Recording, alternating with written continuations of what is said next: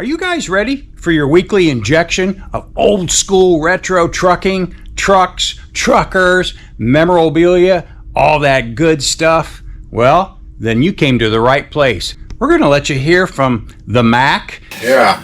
Again, Ron Mackey and some of his stories from when he was driving truck. And you're going to get to see the update on what we're doing back here with Sarge. Also, I'm going to share some restorations of a killer Pete 352 H cab, and also a couple Kenworth conventionals that are all done up old school style. So if that's what you like, you came to the right place. Stick around town.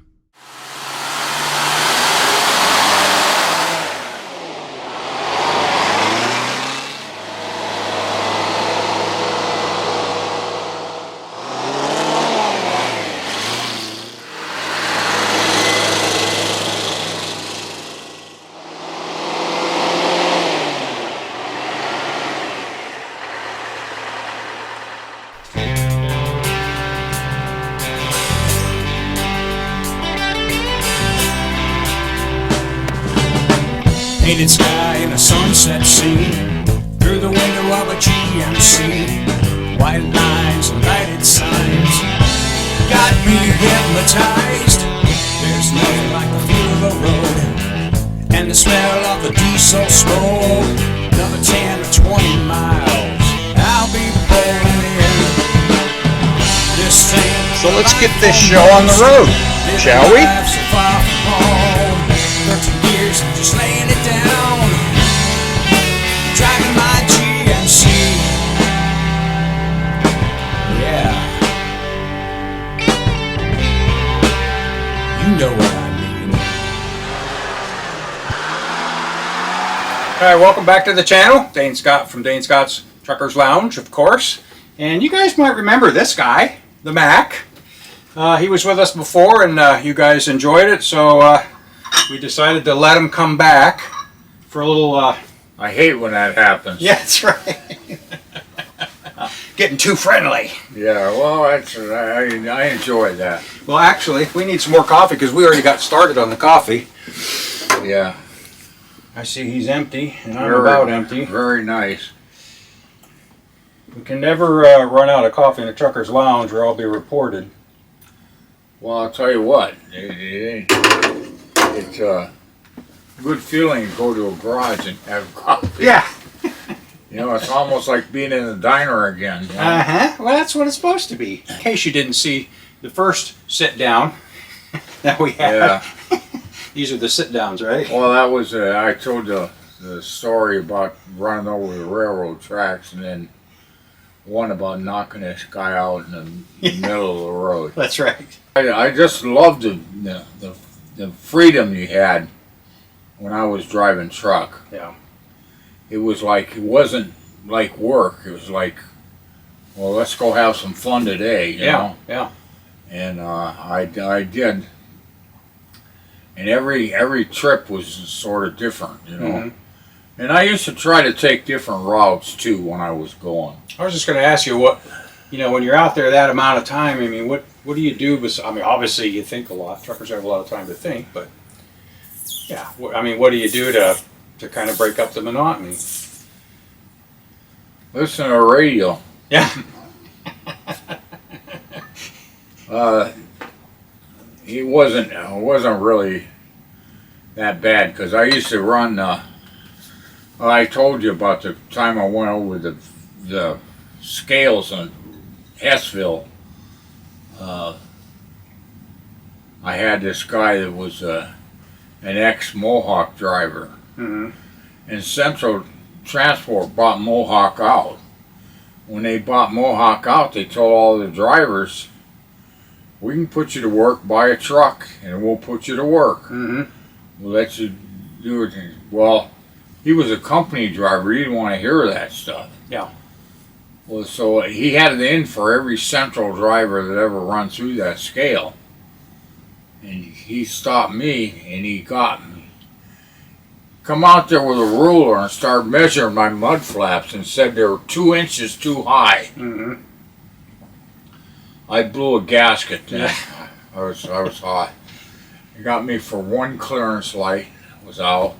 Well, that could happen anytime, Yeah. you know. And I blew a gasket, and I started cussing him out, and I says, I want a cop here. Get a cop over there. So they called the highway patrol, and he come out, and the highway patrol trying to get me to calm down. I was jumping mad. I was mad. I wanted to punch him, but I didn't. Right.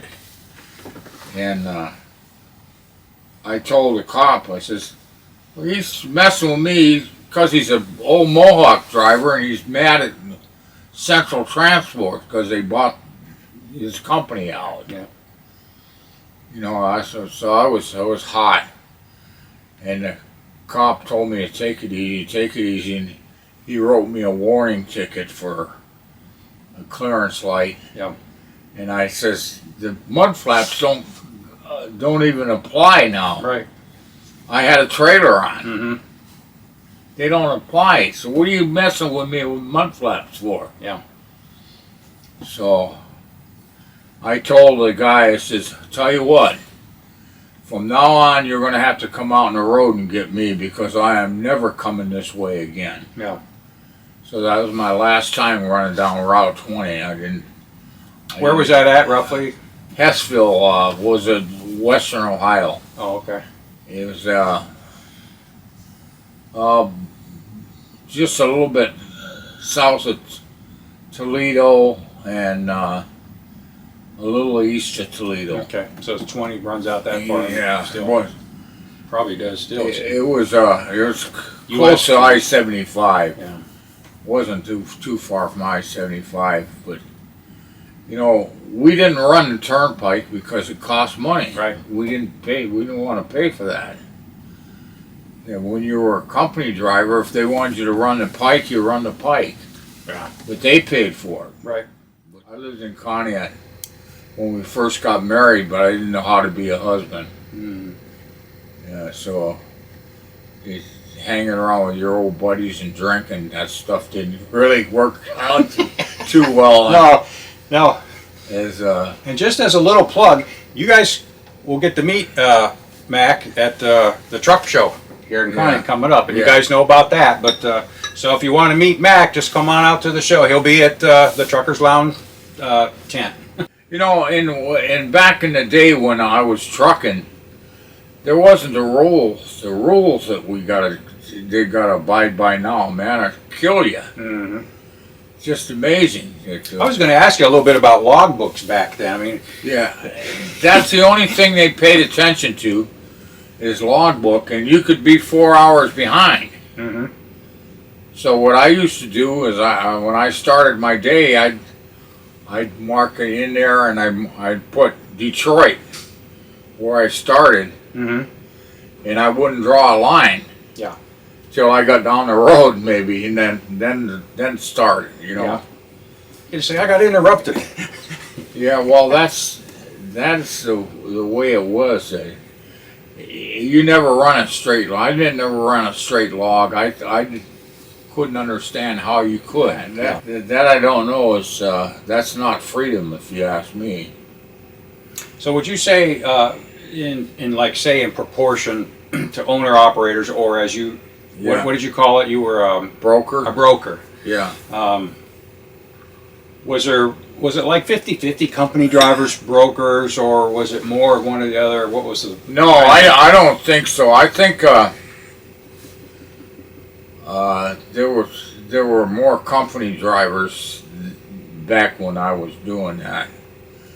But you know, at night all we seen was brokers. Mm-hmm. Because they'd be coming into the Detroit terminal. Like I told you before, it was 104 doors. Yeah. And Matty Maroon didn't want to come in the morning and see any freight on that dock either. Yeah. He'd blow a gasket. He didn't no freight on that dock. You move it around, put it in trailers, do whatever you need to do. Yep. And they had 2 switchers working full time there every Yeah, they'd want you to back to the dock. So you'd get a truck line. And our contract said 5 trucks. We wait 5 trucks. If it's more than 5 trucks in line, you go around them and go in and drop the trailer in the yard. Mm-hmm. Well, they didn't want you to do that. Yeah. They didn't want it to do more work for the switchers. Yeah.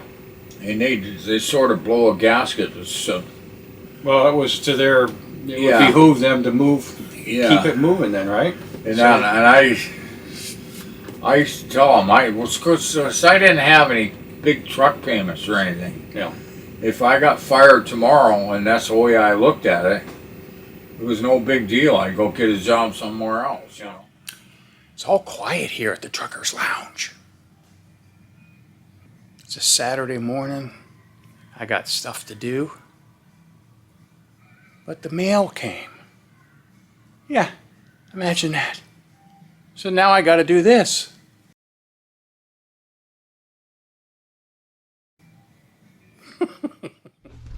Gear Jammer magazine this month, and I don't mind promoting them because I subscribe to them and I like their magazine.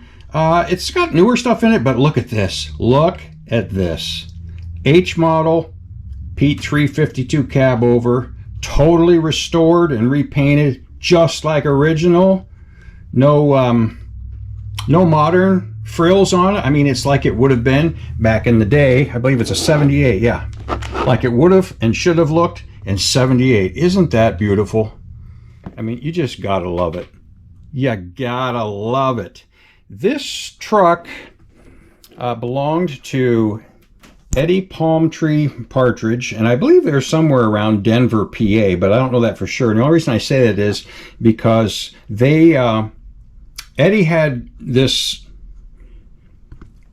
Denver Truck Painting in Denver, PA, do the paint work on this truck. And the sad story here is that Eddie passed away before he was able to take delivery of his beautifully repainted 352.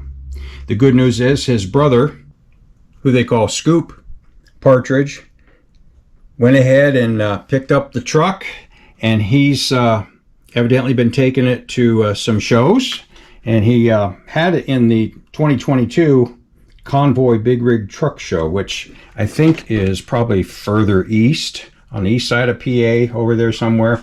But maybe some of you guys know better. But I just thought I would share that with you. Whenever these more modern magazines, which just do beautiful work, photography and graphics and all that, have old school trucks in them, I definitely am thrilled.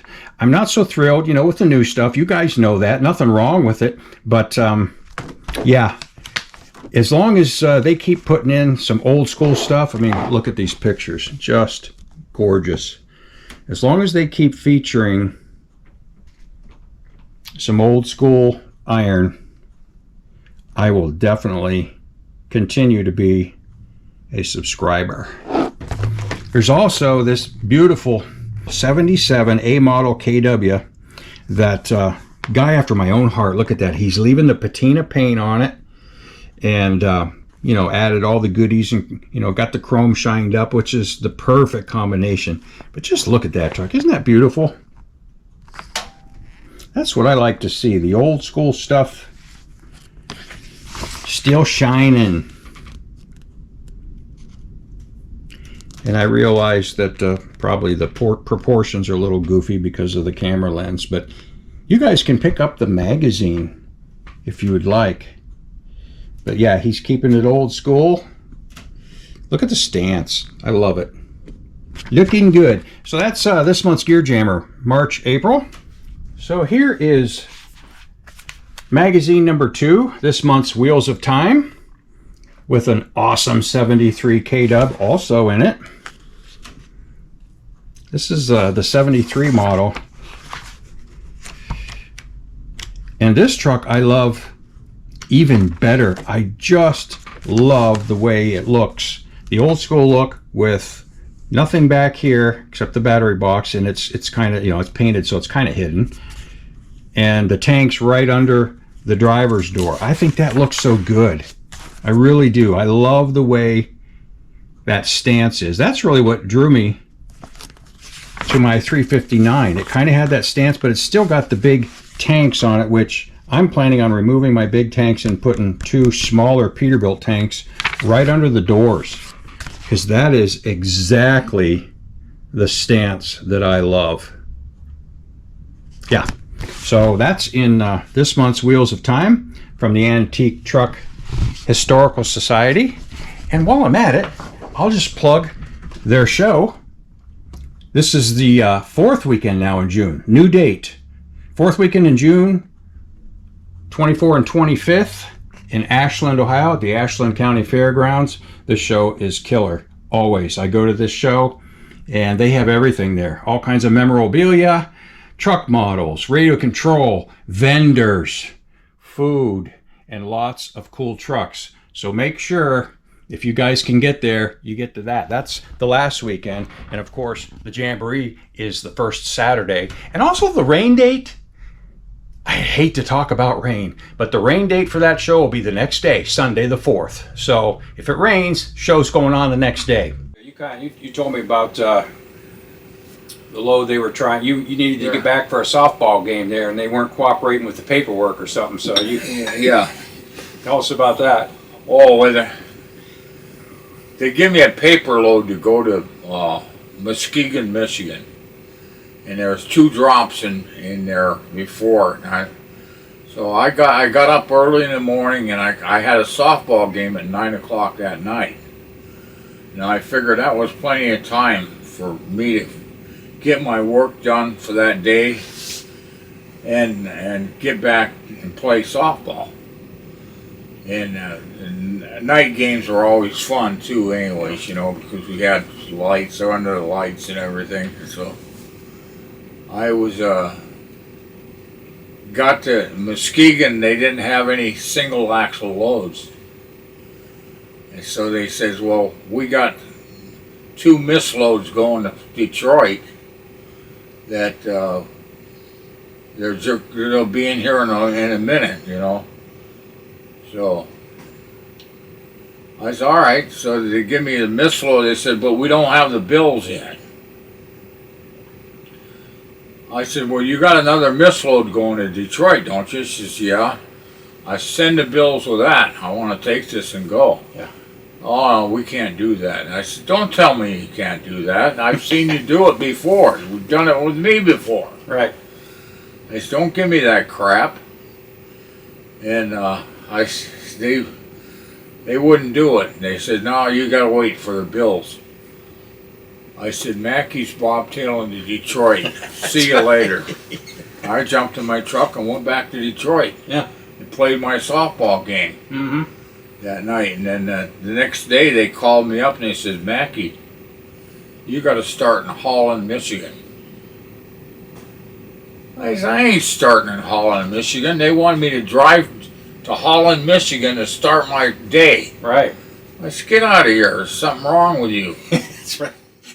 What about trailer lengths back then? Was that 40 foot was usually a standard. Yeah, that's what I was thinking. Standard, yeah. And they had pups, but I never pulled. Well, I pulled a few times doubles, but Okay. Wow, that must have been doubles are 25, 27 foot pups, what we call them, and you have them hooked together. Try to back one of them. Oh my goodness, yeah. Well, even triples. Come on. Yeah. You know, it's like nobody backs up triples. You just pull in. That's I just couldn't believe it. I didn't like pulling doubles, right?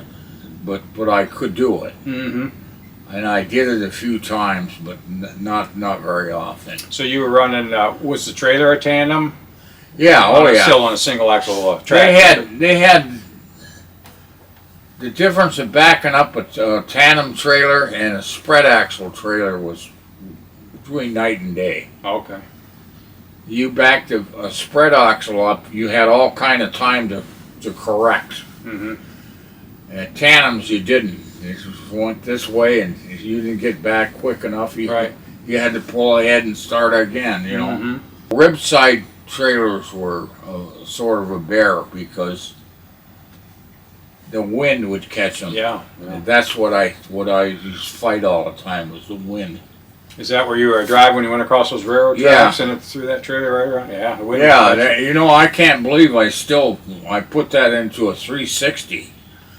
Turned it all the way around before I finally got it to jackknife onto me. Man. I couldn't pick it. It's too bad it wasn't this day and age. Somebody would have caught it on camera. I was running Akron, Detroit, and I got into Detroit, and the weather was bad. And the dispatcher says, "Mackie," he says, "you take this to Flint for me. I'll get you an Akron load right away. No waiting. Be right there." They learned that lesson, didn't they? Yeah. No waiting. I said, all right, because when the weather was bad, the old heads wouldn't run. The young guys would run. Mm-hmm. So they push all that stuff on them. So I said, all right. So I went into Flint, and I got to the terminal, and like he said, the trailer was ready for me. I unhooked my trailer, hooked the other one up, grabbed the bills, I was ready to go. Mm-hmm. I was out of there in 10 minutes. So I said, this is great. So I'm running down 23. I got in that left lane, and I'm heading out towards Detroit, and I slowed down. I was in 9th gear, which my truck would run 46 mile an hour in 9th gear. So I was at top speed would be about 46 miles an hour. Yeah. And I said, I don't want to go this way. I want to go. And I cut it over, and I got caught in this snow. There was the road was clear, but the side of the road had snow in it, you know.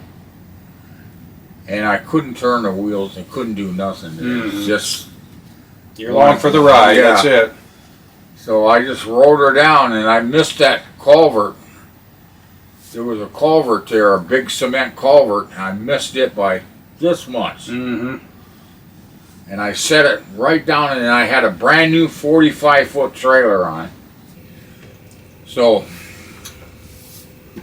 Michigan State Police came along, and the first thing they asked me is, "You been drinking?" Well, that sort of ticked me off in the first place. Especially with a drunk guy standing. Yeah.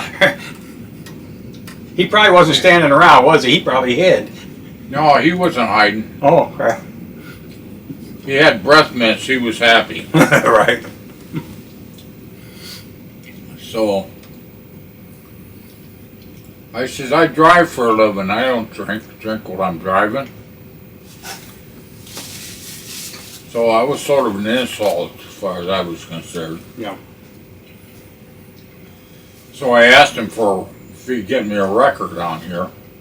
So the tow truck got us out. I says to the cop, I says, you have my driver's license? He says, yeah, and here's a souvenir for you. He wrote me a ticket. Nice. And I blew a gasket. I started cussing him out. And he says, any more of that language and you go to jail for it. I said, well, I'll go for more than that. I'll guarantee you I'll go for more than that. And I was still cussing him out, and I didn't slow down a bit. And he left me standing in the middle of the road. He took off. He didn't want to hear anymore, huh? No, he didn't want to hear it, and I wasn't going to shut up. So I think he sort of figured that out. Right.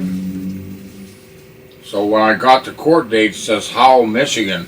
I went and asked my dispatcher, I says, you got anything going into Howell, Michigan?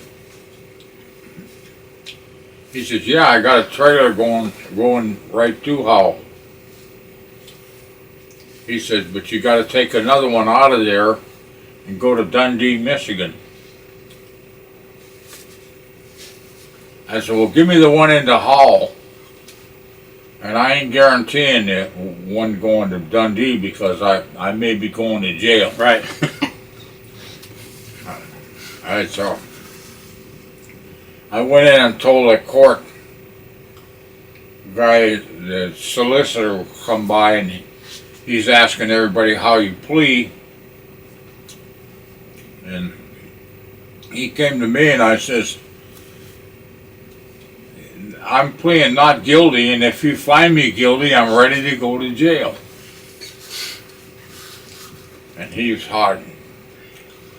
He said, I don't know why these troopers bring these one-car accidents in here.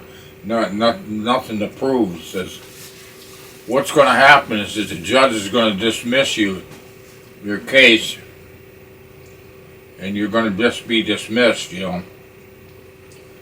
I said, why you make me come all the way to Howell, Michigan to tell you that stuff? He says, well, most people pay the fine.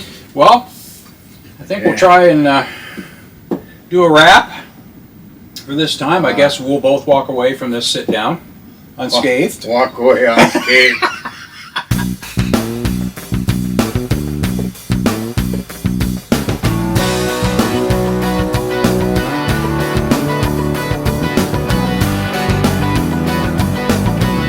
Okay, so the official game plan will be A, to remove the battery box, get that out of the way.